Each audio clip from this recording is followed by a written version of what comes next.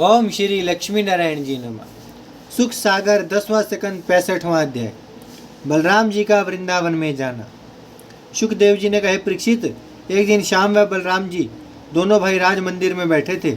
उस समय बलभद्र जी ने वृंदावन में गोकुल का सुख व आनंद व यशोदा का प्रेम वर्णन करके श्री कृष्ण जी से कहा कि वृंदावन में आते समय हम दोनों भाइयों ने यशोदा व गोपियों से करार किया था कि फिर आकर तुमसे मिलेंगे। सो वहाँ जाने का संयोग नहीं हुआ। हम लोग द्वारका में आ बसे। जब ब्रजवासी हमारे विरह में चिंता करते होंगे आप आज्ञा दीजिए तो हम वहाँ जाकर सबको धैर्य दे आवें। केशव मूर्ति बोले, बहुत अच्छा। यह वचन सुनते ही बलराम जी ने मुरली मनोहर व अपने माता पिता से विदा होकर अपना हल व मुसल उठा लिया और रथ पर बैठकर वृंदावन को चले।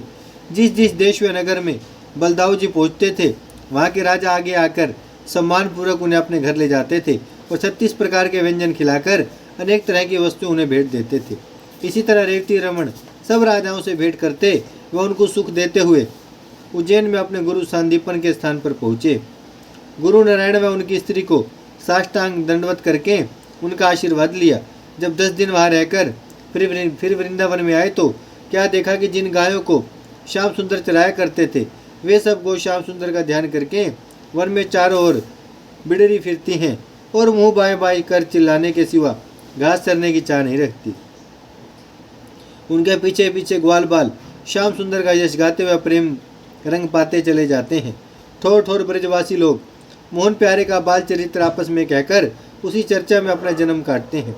जब बलराम जी ने यह दशा देखते ही आंखों में आंसू भरकर अपना रथ खड़ा किया, तब नंद व यशोदा आदि सब गोपियां व ग्वाल उनके आने का समाचार सुनकर बड़े प्रेम से मिलने के लिए दौड़े और बलराम जी को देखकर अति प्रसन्न हुए। नंद तात देखे तभी और यशोदा माए, बलदाऊ अति प्रेम सो गिरे चरण पर धाये। नंद व यशोदा ने बलराम जी को अपने चरणों पर से उठाकर छाती में लगा लिया और मुख चूमकर प्यार किया।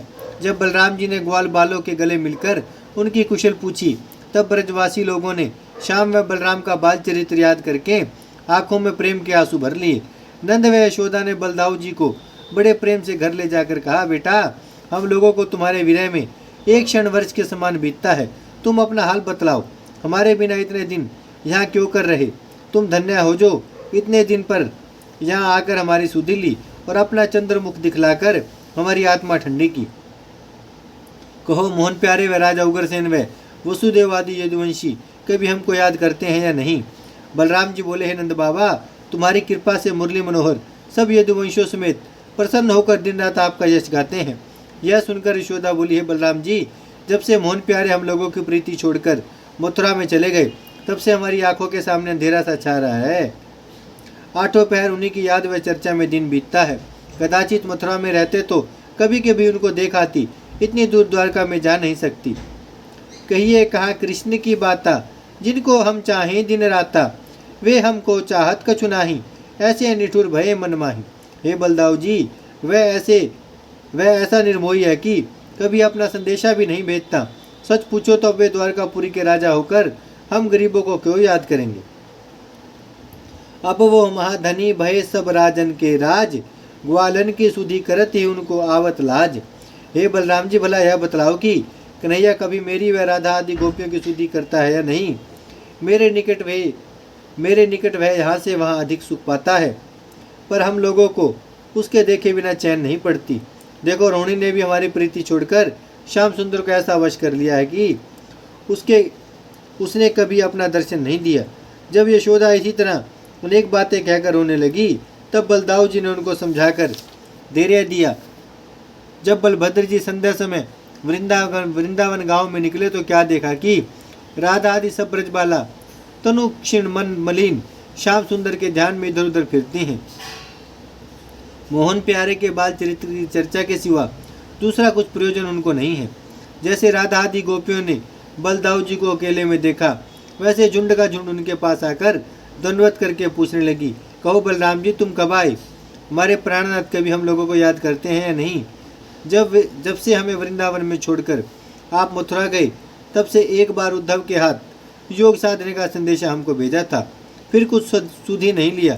अब सुना है कि समुद्र के टापू में द्वारकापुरी बसाकर वहाँ रहते हैं। अब हम गरीबनियों को क्यों याद करेंगे? यह सुनकर दूसरी सखी बोली, प्यारी, अब उन्हें क्या प्रयोजन है जो राजगद्दी छोड़कर यहाँ आवे? वह काहू के नाही मीत, मात पिता की छोड़ी प्रीत, राधा बिन नहीं रहते घड़ी, राधा बिन नहीं रहते घड़ी, सो वह है बरसाने पड़ी। दूसरी ब्रजबाला ने कहा, प्यारियों, हम लोगों ने लोकलाज व कुल परिवार छोड़कर उससे प्रीति लगाकर क्या सुख पाया? उससे कोई अपनी भलाई की आशा मत रखो। दूसरी गोपी बोली कि द्वारका की स्त्रियां उनका विश्वास किस तरह करती होंगी। दूसरी ने कहा कि मैं ऐसा सुनती हूँ कि उन्होंने द्वारकापुरी में जाकर 16,108 महासुंदरी राजकन्याओं से अपना विवाह किया है। उनके साथ आठों पैर प्रीति करते हैं। अब उन्हें छोड़कर हम कुंवारियों के पास क्यों आवेंगे? 16 सहस कुमारी का सुंदर रूप निधान, 10-10 सूत जिनके भय श्री यदुनाथ समान। दूसरी गोपी बोली, है सखी, अब श्याम सुंदर का पछतावा करना उचित नहीं है। और उद्धव जी को निर्गुण रूप का ध्यान बतला गए और उद्धव जी जो निर्गुण रूप का ध्यान बतला गए हैं उसी पर विश्वास रखकर धैर्य करो। दूसरी सखी ठंडी श्वास लेकर बोली, है प्यारी, मुझे वह सावली सूरती व मुरली की धुन नहीं बोलती, किस तरह धैर्य धरूं? नहीं जानो सखी श्याम की, कौन देश की रीति, मानहु कभू नहीं हती, ब्रजवासन सो प्रीति। दूसरी सखी विरह की माती हुई बोली, हे बलदाऊ जी, देखो, मोहन प्यारे ने इतने दिन बीतने पर भी यह नहीं विचारा कि हमारे विरह में गोपियों की क्या दशा होती होगी। संसार में जो कोई पशु पक्षी पालता है उसको भी इस तरह नहीं भूलता। यह कठोरता उनकी देखकर मैंने जाना कि उनका अंतकरण भी उन्हीं के समान काला है, नहीं तो वह दीन दयालु व गोपीनाथ कहलाकर ऐसा कठोरपन ना करते। जब गोपियाँ इसी तरह अनेक बातें कहकर रोते रोते अचेत हो गई, तब रेवती रमण ने उन्हें बहुत धैर्य देकर कहा कि इतना रुदन क्यों करती हो? श्याम सुंदर तुम्हारी अति प्रीति रखकर तुमको आठों पैर याद किया करते हैं। यह वचन सुनते सब ब्रजबाला चैतन्य हो गई। उनमें से एक सखी बोली, हे प्यारियों, रोना छोड़कर जो मैं कहूँ सो करो। हलधर जू के पार सो पाँव, सदा रहो इन्हीं की छाँव। यह है गौर श्याम नहीं गाता, यह है गौर श्याम नहीं गाता, कही है नहीं कपट की बाता, सुनी सकर्षण उत्तर दियो, तुम्हारे हित गमन हम कियो, आवन हम तुमसे कहीं गए, ता करत हम आवत भये, रही 2 मास करेंगे रासा, पुरवेंगे सब तुम्हारी आशा। जब बलराम जी गोपियों से प्रेम पूर्वक बातें कहकर उनका मन बहलाने लगे, तब एक ब्रजबाला ने कहा, बलभद्र जी, तुम्हारा भाई बड़ा कठोर है, हम लोग ऐसा जानती तो कभी उससे प्रीति ना करती। दूसरी बोली, है बलदाऊ जी, वह चिच्चोर यहाँ गाय चराता था और माखन दही चुरा कर खाता था। अब वहाँ द्वारकापुरी का राजा हुआ, हम गरीबनियों की याद क्यों करेगा? हमारा नाम लेने से उसे लज्जा आती होगी। दूसरी सखी जो विरह में व्याकुल थी वह झुंझलाकर बोली, अब मैंने अपना मन श्री कृष्ण जी के समान कठोर कर लिया। उन्हें धन व स्त्री प्रतिदिन अधिक मिले, मैं इसी दुख सागर में प्रसन्न हूँ। दूसरी गोपी ने कहा, मैं सुनती हूँ कि श्याम सुंदर का प्रदुमन बेटा अपने पिता के समान सुंदर व बलवान हुआ है। 16,108 उनकी स्त्रियां और सब संतान चिरंजीवी रहे। दूसरे ने कहा कि अक्रूर निर्दयी जो यहाँ आकर हमारे प्राणनाथ को ले गया, और उद्धव जी हम लोगों से योद्ध सधवाने आया था, वे लोग अच्छी तरह है। दूसरी गोपी बोली, है बलराम, तुम हमारी बातों को हंसी ना मानकर सच सच बतलाओ कि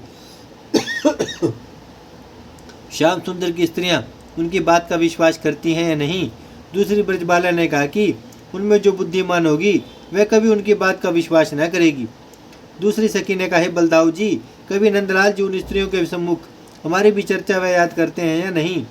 भला तुम ही न्याय करो कि जिसके लिए हम लोग लज्जा छोड़कर इतना दुख पाती हैं, उसी ने हमें इस तरह छोड़ दिया जैसे सर्प केचुली तजकर फिर उससे कुछ वास्ता नहीं रखता। उस निर्दयी की बात कहते हुए मेरी छाती फट जाती है।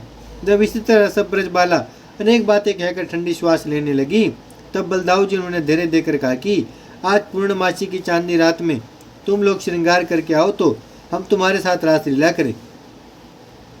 यह बात सुनते ही सब ब्रजबालाओं ने अपने अपने घर जाकर श्रृंगार किया। जब संध्या समय बलभद्र जी अति उत्तम भूषण व वस्त्र पहनकर वृंदावन की कुंजों में गए, तब राधा आदि गोपियां भी पहुंची। ठाडी बहे सब शीर नाय, हलधर छवि बरणी नहीं जाए, कनक बरण नीलांबर धरे, शीश मुख कमल नयन मन हरे, अंग अंग सब भूषण साजे, देखत काम देव अति लाजे। रेवती रमन की छवि देखते ही सब ब्रजबालाओं ने उनके चरणों पर गिरकर विनय किया। हे दीनानाथ, अपने चरण के प्रमाण रास लीला कीजिए। यह सुनते ही जैसे बलराम जी ने हूँ किया, वैसे ही रास लीला का स्थान यमुना के किनारे तैयार होकर शीतल मंद सुगंध हवा बहने लगी और अनेक रंग के बाजे, भूषण व वस्त्रादिक वहां प्रकट हो गए। तब सब ब्रजबालाओं ने लाज छोड़कर मृदंग व करताल आदि बाजा उठा लिया और गति से नाचकर गाने बजाने व भाव बतलाने से बलदाऊ जी को रिझाने लगी। जब रेवती रमण भी उनका सच्चा प्रेम देखकर उनके साथ गाने और नाचने लगे, तब वरुण देवता भी जब रेवती रमण भी उनका सच्चा प्रेम देखकर उनके साथ गाने और नाचने लगे, तब वरुण देवता ने उत्तम वारुणी उनके पीने के लिए भेज दी। सो बलदाऊ जी गोपियों समेत पीकर आनंद मचाने लगे। उस समय देवताओं ने अपने अपने विमानों पर से बलदाऊ जी पर फूल बरसाए और चंद्रमा ने तारागण समेत रास मंडल का सुख देखकर उन पर अमृत की वर्षा की। जितने जड़ व चैतन्य जी वहां पर थे, वे परमानंद देखकर अति प्रसन्न हुए। रासलीला देखने के लिए यमुना जल बहने से थम गया, हवा का चलना बंद हो गया। उसी आनंद में रेवती रमण ने जल विहार करना विचार कर यमुना जी को पुकार कर कहा कि तुम हमारे निकट आकर हमें स्नान कराओ। जब यमुना जी ने उनकी आज्ञा नहीं मानी, तब बलराम जी ने क्रोध से अपना हल यमुना जी में डालकर उसका पानी अपने पास खींच लिया और उसमें जल विहार करके जागने का परिश्रम मिटाया। उस समय यमुना जी ने स्त्री रूप डरती हुए कांपती हुई हलधर जी के पास आकर विनय किया, हे महाप्रभु, मैंने तुमको नहीं पहचाना कि आप शेष जी का अवतार हैं। मेरा अपराध आप क्षमा करके अभय दान दीजिए। जब इसी तरह यमुना जी ने बलदाऊ जी की भूस्तुति की, तब उसका अपराध क्षमा करके गोपियों समेत इस तरह यमुना जल में विहार करते रहे जिस तरह हाथी पानी में हथनियों के साथ नहाकर प्रसन्न होता है। कबहु निर्मल जल विषे, कबहु यमुना तीर, गोपिन संग क्रीड़ा करे, श्री बलराम सुधीर। जब रेवती रमण जल विहार करके गोपियों समेत बाहर आए, तब वर्णाधिक देवताओं ने उत्तम उत्तम भूषण व वस्त्र व मोतियों की माला वहां ढेर लगा दिया। सो बलराम जी व गोपियों ने मनमाना भूषण व वस्त्र पहन लिया और गले में फूलों के गजरे डालकर वन विहार किया। उसी दिन से वहां पर यमुना जल टेढ़ा बहता है। जब इसी तरह बलदाऊ जी ने 2 महीने चैत्र व वैशाख वृंदावन में रहकर नित्य ब्रजबालाओं के साथ रास विलास व जल विहार करके उन्हें सुख दिया, वो दिन भर नंद व यशोदा आदि को श्याम सुंदर की चर्चा से सुख देकर द्वारका जाने की इच्छा की। तब नंदादि अनेक तरह की वस्तुएं श्याम सुंदर के लिए देकर रेवती रमण को विदा किया। उस समय गोपियां रोकर कहने लगी, हे बलदाऊ जी, हमें भी अपने साथ ले चलो। रेवती रमण उन लोगों को धैर्य देकर द्वारका को चले और थोड़े दिनों में अनंतपुर द्वारका में पहुंचकर वहां का सब हाल केशव मूर्ति से कह दिए। ओम श्री लक्ष्मी नारायण जी नमः। भजमन नारायण नारायण नारायण, श्रीमन नारायण नारायण नारायण, लक्ष्मी नारायण नारायण नारायण, सत्य नारायण नारायण नारायण, भजमन नारायण, श्रीमन नारायण, लक्ष्मी नारायण, सत्य नारायण, भजमन नारायण नारायण नारायण। भागवत महापुराण की जय, लक्ष्मी नारायण भगवान की जय, गौ माता की जय, गंगा मैया की जय, धरती माता की जय, शिव परिवार की जय। हर हर महादेव, हर हर महादेव, हर हर महादेव।